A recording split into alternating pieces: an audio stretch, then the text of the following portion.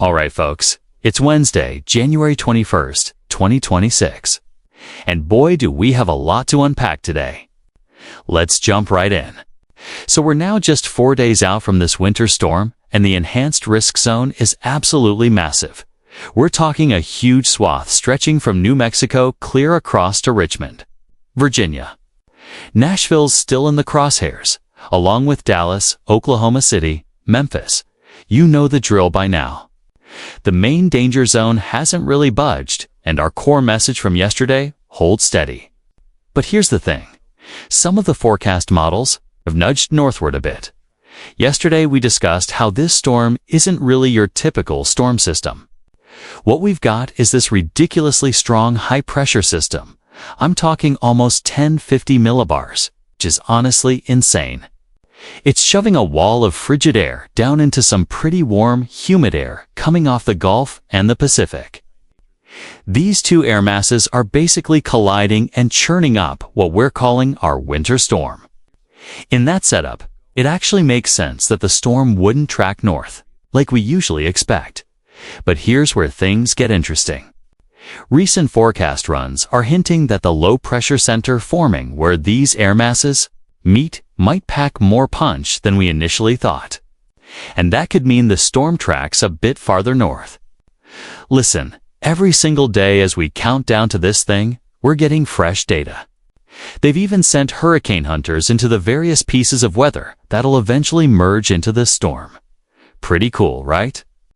We got some solid intel yesterday, and that's helping the models get a clearer picture. Let's check out what the European model is showing. It's the most aggressive with this northward trend. Get this, Dallas could actually see rain on Saturday morning around 7 a.m. That wasn't even on the radar before they were supposed to be smack in the middle of the freezing rain zone. Now the Euro is showing freezing rain, potentially reaching as far north as Oklahoma City and Tulsa. Before we go any further though, I need to pump the brakes here. This is just one model. And just like it shifted from yesterday to today, it could easily shift again tomorrow. If you're new to winter storm tracking, heads up, this kind of back and forth is totally normal. Don't get too attached to any particular forecast right now. We're reading the signals, watching what I like to call the windshield wiper effect. Eventually, things will settle down. But right now, we're still in that messy, variable stage where those wipers are swinging all over the place. Okay, let me fast forward this a bit. The storm really starts coming together late Saturday, and this is where things could get genuinely catastrophic for anyone caught under this pink band of freezing rain. Right now, the European model has Memphis, Little Rock, and chunks of northeast Texas in that zone. We're potentially looking at more than an inch of ice building up over a large area. If that happens, and I really hope it doesn't, we're talking millions of folks losing power for who knows how long. Honestly, we're not sure how long repairs would take because it's been ages since we've seen such a widespread, destructive ice storm like this. Now, we can't say exactly where this pink band will set up. It could be 100 miles north of what's shown here, 100 miles south, or right where it's depicted. So if you're anywhere close to this area, I'd be getting prepared. Make sure you've got propane or gas for the generator. Stock up on essentials. Yeah, I know. I hate being that stereotypical weather person telling you to raid Walmart. But honestly, you might actually want to head there as we push forward in time. The northward shift really becomes obvious. Now we're seeing the heaviest snow hitting Cincinnati and central Ohio. Whereas yesterday, it was targeting Nashville and southern Kentucky. In this Euro run, Nashville gets slammed with significant ice. Chattanooga sees rain, and even my area in eastern Kentucky, thanks to a warm layer aloft, gets a bunch of ice and potentially a full flip to rain by Sunday afternoon. Again, this is just one model run. It won't play out exactly like this, but it's a trend worth paying attention to. I've got a lot of trust in the European model. It was the first to catch on to this storm being a real threat. and the first to suggest this northward shift. So there's definitely something to it, even with this warmer intrusion thanks to a slightly stronger low-pressure system. We're still going to have tons of cold air damming up on the eastern side of the Appalachians. So regardless of the northward shift, I think we're still looking at a serious icing situation in North Carolina and Virginia. The big winners here: the I-95 corridor from DC up to Boston. This scenario definitely means more snow for you guys. So keep that in mind. But once more, I don't want anyone thinking this is locked in. This is just where we stand today with the European model. Now let's talk snow totals, just for kicks. Remember, these will change. This is from the European model, specifically the newer AI version, and it also shows that northward shift. We're looking at some spots between Oklahoma and Arkansas, potentially getting close to a foot of snow. Oklahoma City could see a foot. Same with the Bentonville area. In the regular European model we just looked at, the snow totals were pushed even farther north, up around Joplin, so even within the same model family, there's a wild difference. There's not much agreement yet on exactly where this storm will hit hardest, which is why we can't get too locked into one scenario. But this is one possible outcome: roughly a foot of snow between Oklahoma City and Little Rock. Clarksville, Tennessee gets 7.5 inches. Lexington, Kentucky sees about a foot. Cincinnati gets 8 inches. Over here in my neck of the woods in Pikeville, we're looking at about 7 inches. What's wild is that yesterday, the models also had my area at 7 inches. So even though the heaviest snow band has shifted almost 200 miles north past us, we're still getting similar amounts. We were just on the northern edge before, and now we're on the southern edge.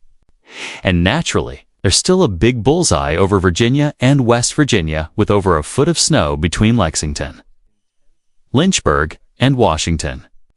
Then maybe 10 inches in New York City, and over a foot in Boston. This scenario would put way more people in the path of significant snowfall. Unfortunately, it would also put more people at risk for serious icing. Remember, wherever that transition happens between rain and snow, that's your ice zone. So places like Dallas, Memphis, and potentially even down toward Asheville, Charlotte, and Raleigh could be looking at really significant ice accumulations. Let's hope this icing forecast is overshooting things a bit. Sometimes these models get their wires crossed between freezing rain and sleet. When I'm talking about icing and dangerous conditions, I mean freezing rain specifically. Sleet, we can handle that. Heck, we'll go outside with a spoon and treat it like dipping dots. No big deal, but freezing rain, that's a whole different beast. That's what we need to worry about. When ice falls from the sky like hail or little pellets, we're good. But what's likely going to happen here, and pay attention because this matters, is we've got this thin layer of cold air sitting right at the surface with warm air from the Gulf riding above it. Regular rain will be falling from up high. Then it drops into that shallow cold layer near the ground.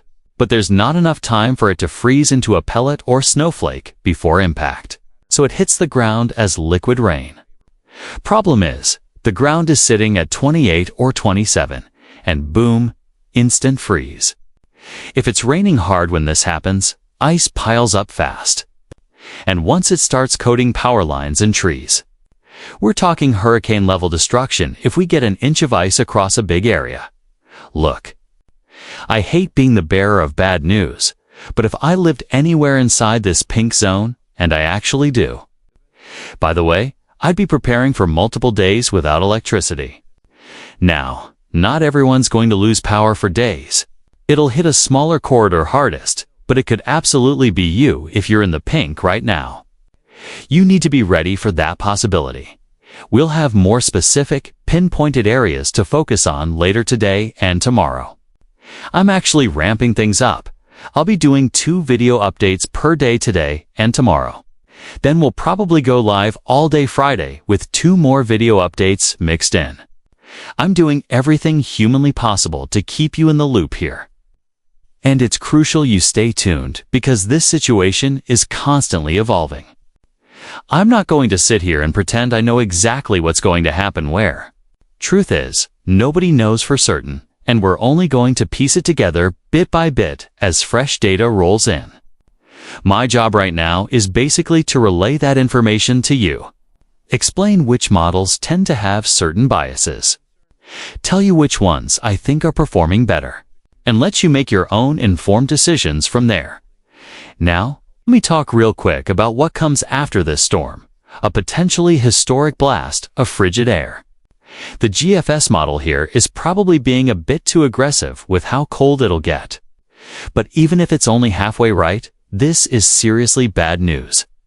We could have an ice storm ripping through and knocking out power for millions. And then we're looking at temperatures around -12 in Memphis and Nashville. It's never been that cold in Memphis, as far as we know. I think the record is actually -13 from way back in the 60s. And that wasn't following an ice storm. So yeah, we're in totally uncharted territory here, and it could turn into a really dangerous situation.